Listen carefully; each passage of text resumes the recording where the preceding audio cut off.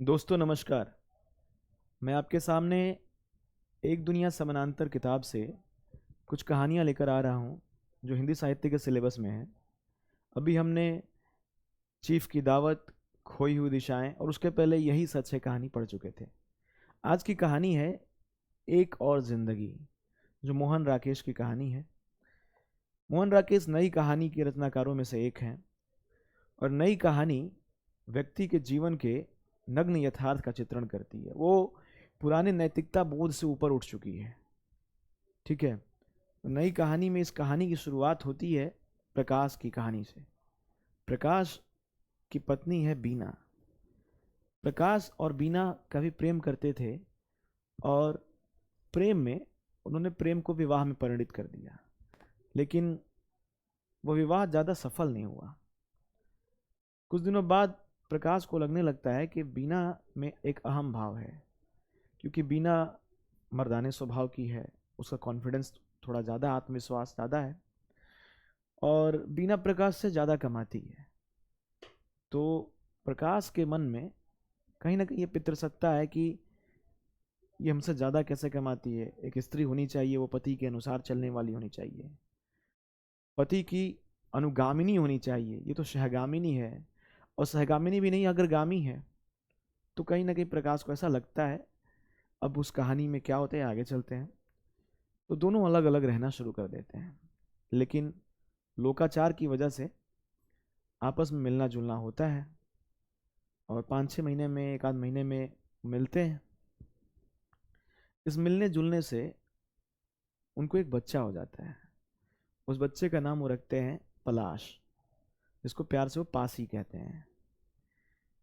लेखक लिखते हैं कि वो बच्चा प्रेम का परिणाम नहीं बल्कि आकस्मिकता की उपज थी।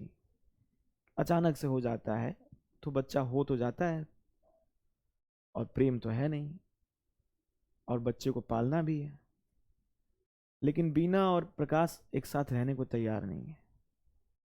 बीना प्रकाश को बच्चे की कस्टडी नहीं देती है, कहती है कि मैं बच्चा आपको नहीं दे सकती हूँ, क्योंकि आप एक गैर जिम्मेवार व्यक्ति हैं और आपके पास बच्चा रहेगा तो बच्चे का जीवन कैसा होगा मैं इसकी कल्पना भी नहीं कर सकती। प्रकाश भी सोचता है कि चलो ठीक है, बच्चे को माँ की ज़्यादा ज़रूरत होती है, इसलिए वो माँ के पास छोड़ देता है। लेकिन उसका मोह उसे नहीं जाता है। साल भर में, महीने में, 3-4 महीने में, 5 महीने में बच्चा उससे मिलने आता है, तुतला करके पापा पापा कहता है। जब भी वो पापा से मिलता है तो पापा का प्यार उसके लिए आ जाता है और पापा अपने भाव को व्यक्त करते हैं, लेकिन कह नहीं पाते हैं कि प्रकाश अपने भाव को ये नहीं कह पाता कि बच्चा मेरे पास रहे। कह भी कैसा सकता है, क्योंकि जो बच्चा है उसकी माँ के पास ज़्यादा सेफ है, ज़्यादा सुरक्षित है और माँ से ज़्यादा अटैच्ड है। अब प्रकाश के भीतर एक द्वंद्व चलते रहता है कि क्या मैं इसी घुटन में जीऊँगा? क्या मुझे अपनी ज़िंदगी जीने का हक नहीं है? क्या मैं वैवाहिक जीवन का सुख नहीं ले सकता हूँ? इन्हीं सब द्वंद्व के परे जाते हुए वो अपने दोस्त कृष्ण जुनेजा, उसकी बहन से मिलता है। उस बहन का नाम निर्मला रहता है। जैसे ही प्रकाश निर्मला को देखता है, उससे 2-4 मुलाकातें होती हैं, उसे लगता है कि ये 26-27 की है, इसका रंग गोरा है और देखने में भी ये पतली दुबली है और 18-19 की लगती है। तो उसको जो एक महिला, जो महिला का जो क्या कहेंगे उसको, वरेण्य महिला, वरेण्या जो हो सकती है, उसको सारी कुछ गुण उसमें मिल जाते हैं। जो वधू चाहिए उसको वधू सारी मिल जाती हैं। कहता है ठीक है, अब मैं अपनी दूसरी पारी की शुरुआत करता हूँ। फिर वो निर्मला से शादी कर लेता है। अब ये पता नहीं क्या है कि जितने लेखक हैं वो हमेशा उस पात्र को, स्त्री के पात्र का नाम निर्मला जरूर रख लें। जैसे प्रेमचंद ने जब निर्मला लिख दी तो उसके बाद से निर्मला निर्मला होते गया। और आप जब देखेंगे, कहानियों को पढ़ेंगे, तो निर्मला नाम उन स्त्रियों के ज़्यादा रखे गए हैं जो वक्त की मारी हों, हालात की मारी हों, बेचारी हों। उन स्त्रियों के नाम ज़्यादा रहे हैं। जैसे पिछली कहानी जो मैंने आपके साथ साझा की थी, वो खोई हुई दिशाएं। खोई हुई दिशाएं में भी जो नायक की पत्नी, चंदर की पत्नी रहती है, उसका भी नाम निर्मला ही रहता है। इसमें भी उसको निर्मला नाम रहता है। निर्मला से वो शादी कर लेता है। शादी के जो हसीन सपने हैं वो लेकर के जीवन में आगे बढ़ता है, लेकिन वो हसीन सपने पल भर में टूट जाते हैं। जब वो निर्मला के पास जाता है तो कहता है, वो कहती है कि छूना नहीं मुझे, मैं सती हूं, तुम मेरे पास क्या करने आए हो, तुम मुझे छुओ मत, मैं तुम्हें अपने सतीत्व से भस्म कर दूंगी। अब पति पत्नी के पास नहीं जाएगा तो क्या होगा? फिर उसको बड़ा आश्चर्य होता है। निर्मला बिना बात के हंसने लगती है, छोटी छोटी बातों पे हंसने लगती है, और बहुत देर देर तक हंसती है। प्रकाश को बड़ा अचरज होता है कि क्यों हंस रही है। अगर कोई चीज़ उसके हाथ से टूट जाती हो तो उस पर भी हंसने लगती है। फिर अचानक ही दूसरे पल रोने लगती है। जो मल्टीपल पर्सनालिटी डिसऑर्डर होता है या फिर स्प्लिट पर्सनालिटी, वो उसके अंदर है। कभी हंसना, कभी रोना, कभी उग्र रूप धारण करना, कभी सौम्य रूप धारण करना। एक ही पल में वो कहती है कि तुम मेरे पास मत आना, मैं सती हूँ, मैं तुम्हें भस्म कर दूंगी। दूसरे पल ही कहती है कि तुम ही मेरे चांद हो, तुम ही मेरे सुहाग हो, मैं तुम्हारे पास ही रहूंगी। एक बार तो वो कहती है कि मुझे ये वरदान मिला हुआ है कि 136 साल तक तुम मेरे पति रहोगे और मैं तुम्हारी पत्नी रहूंगी। जब ये प्रकाश सुनता है तो उसके आगे अंधकार छा जाता है कि इस जीवन का पार नहीं है और ये 136 साल तक मेरे साथ रहना चाहती है। हंसने की बात है, लेकिन प्रकाश बहुत परेशान हो जाता है। कभी वो उसको अपने रूम से बाहर खदेड़ देती है, कभी उसको, जब वो रूम से बाहर आकर दूसरे रूम में आ जाता है तो दरवाज़ा धकधकाने लगती है, कि थपथपाने लगती है कि तुम मुझे अकेले क्यों छोड़े हुए हो। जब वो उसके पास जाता है तो कहती है कि मैं छोटी बच्ची हूँ, छोटी बच्ची को ऐसा छूता है क्या।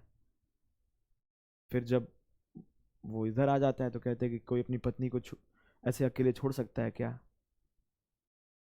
अब ये बहुत परेशान हो जाता है प्रकाश। उसको लगता है कि उसके जीवन में जो सुखमय कल्पनाएं थी वो खत्म हो चुकी है। अब प्रकाश भीतर भीतर घुटन के मारे मरने लगता है। उसके जीवन में केवल नाम का ही प्रकाश रह जाता है, बाकी सब कुछ अंधकार में चला जाता है। फिर वो अपने दोस्त कृष्ण जुनेजा से कहता है कि भाई ये क्या है, ये क्यों है। तो वो पत्र लिखता है, लेकिन उधर से कोई रिप्लाई नहीं आता है। वो पहुंच जाता है ये शिकायत लेकर के कि आखिर तुमने मुझे बताया क्यों नहीं कि ऐसा है। उसका सीधे सीधे जवाब आता है कि अब वो आपकी पत्नी है और मायके के लोगों का ससुराल पक्ष में कोई दखल नहीं होना चाहिए और हमें कोई मतलब नहीं है।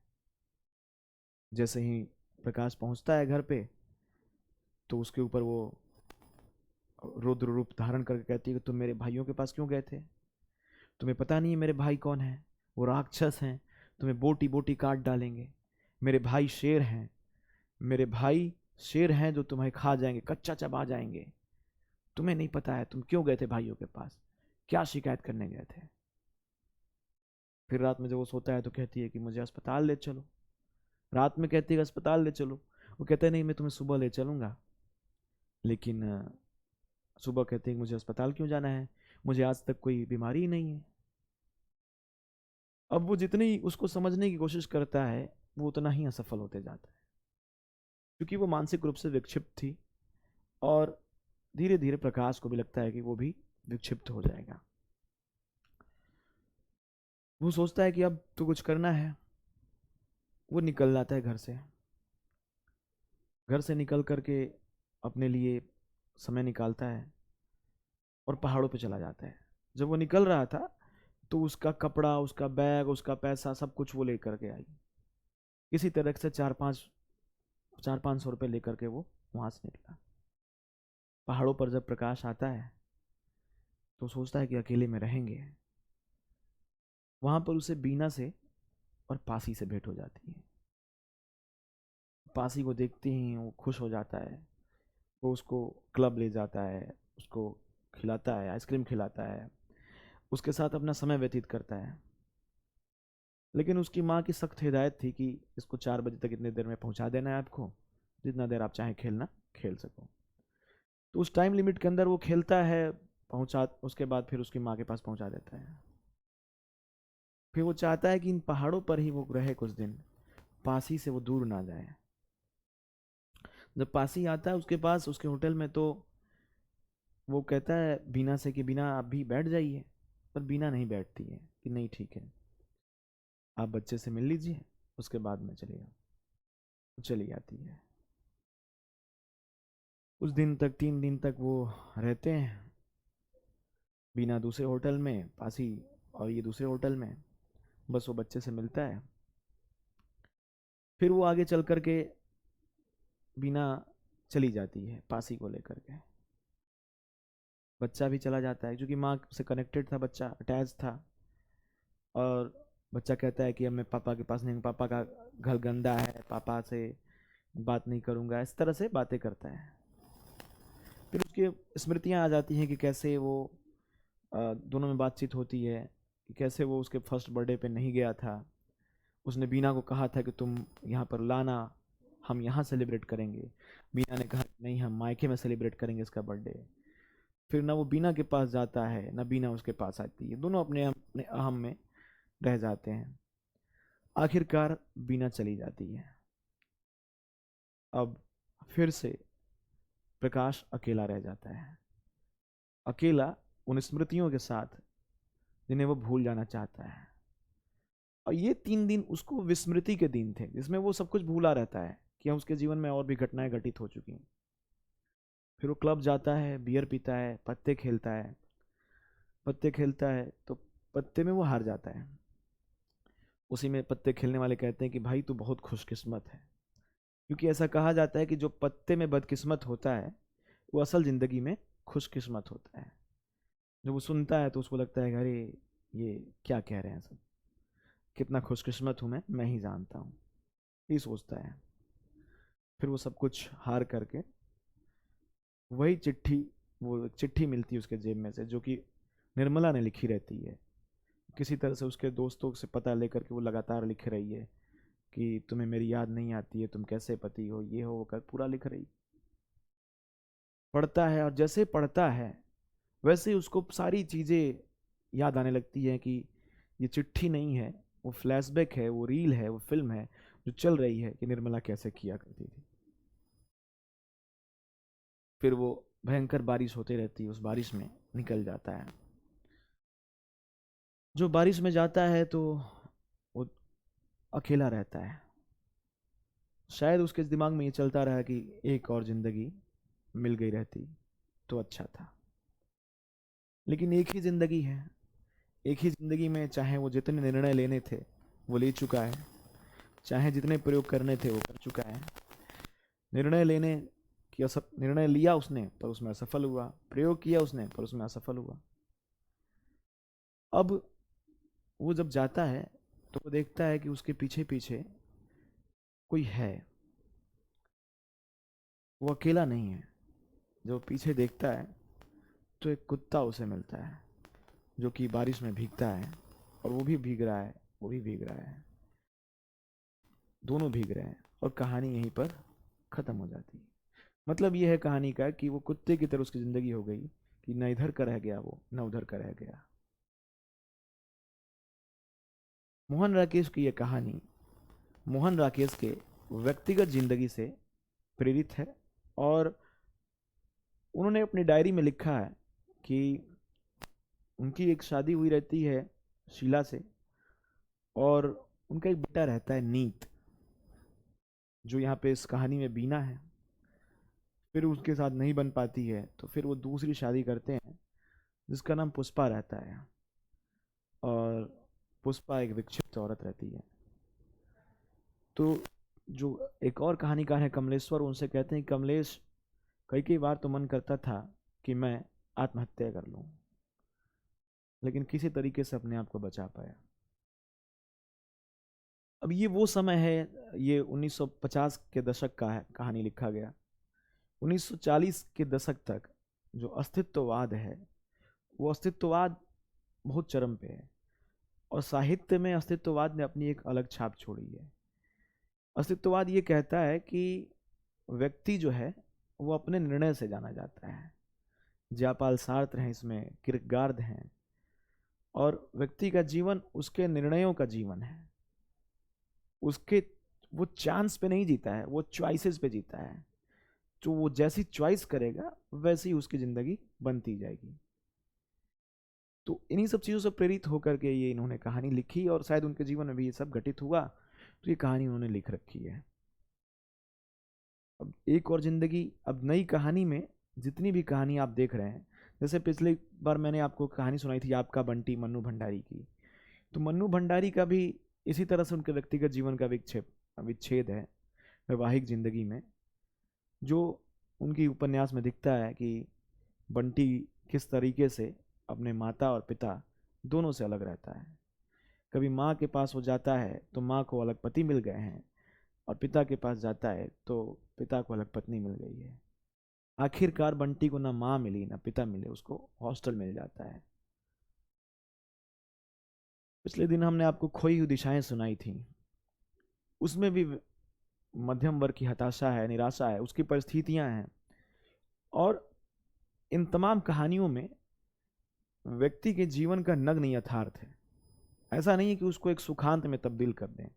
अगर नैतिकता वाली कहानी रहती या दूसरी कहानियां रहती, पहले की कहानियां, तो उसको एक सुखांत में तब्दील कर देती कि हाँ चलो अच्छा हुआ दोनों मिले, दोनों के आपस में मिलने से दोनों को ये एहसास हो गया उनकी गलतियों को, और दोनों अपनी गलतियां मान गए, फिर से नई जिंदगी शुरू कर दी है।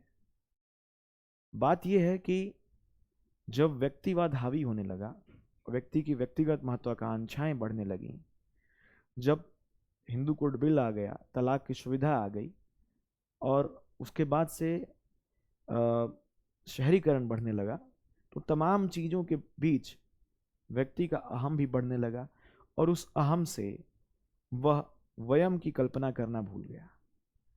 अहम मतलब मैं, वयम मतलब हम लोग। फिर वो व्यक्ति कई पार्ट में बढ़ जाता है, स्प्लिट हो जाता है। जब उसका स्प्लिट हो जाता है, व्यक्ति स्प्लिट होता है, तो फिर उसके रिश्ते, उसकी नैतिकता, उसके विचार स्प्लिट होने लगते हैं।